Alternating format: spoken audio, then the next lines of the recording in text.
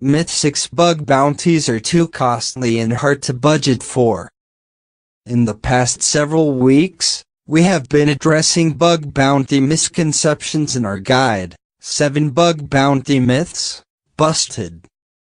So far we have discussed the misconception that bug bounties are all public, examined the types of companies engaging with the bug bounty model, debunked the perception some have that bug bounties are too risky, talked about the white hat hackers who participate in bug bounty programs, analyzed the kinds of results they yield.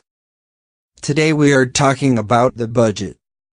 Many perceive bug bounty programs to be blank check affairs, and to some extent that has been true for organizations like Microsoft and Google. However, this model does not work for everyone. Today, by being diligent and thoughtful, or by working with a trusted partner, you can easily control your bug bounty budget. This is not to say that bug bounty programs are cheap. We know that the cost of fixing a bug is significantly higher in production than in development or pre-release testing. The fact is, bug bounty programs catch vulnerabilities that slip through, and in order to successfully find them, you must attract the right researchers. Often, attracting the right talent includes offering rewards. Without guidance, offering rewards and managing a budget for a bug bounty program presents organizations with a set of unknowns, a legitimate concern that can be easily mitigated by tweaking the many knobs and levers found in the modern bug bounty model.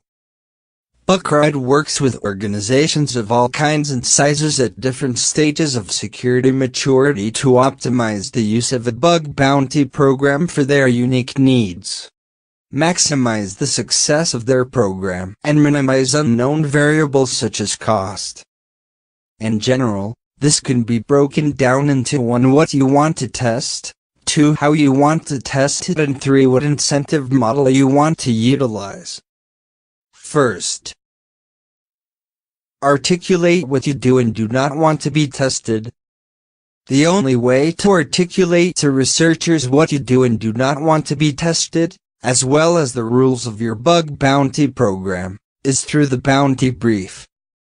The brief is a web page that outlines what is in scope, what is out of scope, what areas you want to focus on, and more.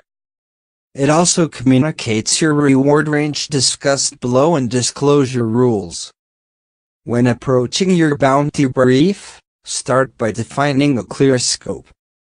Keep in mind all the various factors involved, such as gaps in your current testing, organizational goals, target complexity, and scope breadth. Additional resources to get you started. Scope. Exclusions. Business objectives.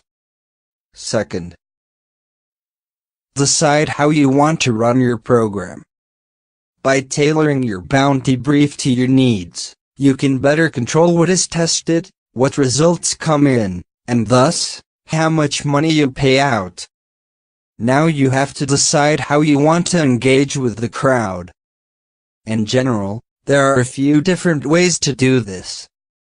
Private or public. By utilizing a private program, you can limit the volume of the testers involved in your program to exclusively invited researchers rather than the entire testing crowd. Although private programs do not necessarily decrease the amount you will pay out, a smaller crowd frequently translates to fewer results. More and more organizations are starting out private and transitioning to a public program after anywhere from a couple of weeks to up to a year. Ongoing or time-boxed. Not only can you decide who has access to testing your program, but you can also decide how long it will be tested. Bugcrowd solutions offer both continuous testing or time-boxed testing that operates as a crowdsourced penetration test. Much like a penetration test, You set a designated reward pool that the invited researchers compete for, and you receive a report of valid findings once testing is complete. Many of our customers looking to dip their toe and start with a time-boxed program to limit exposure and cap their costs. Third, determine your incentive program.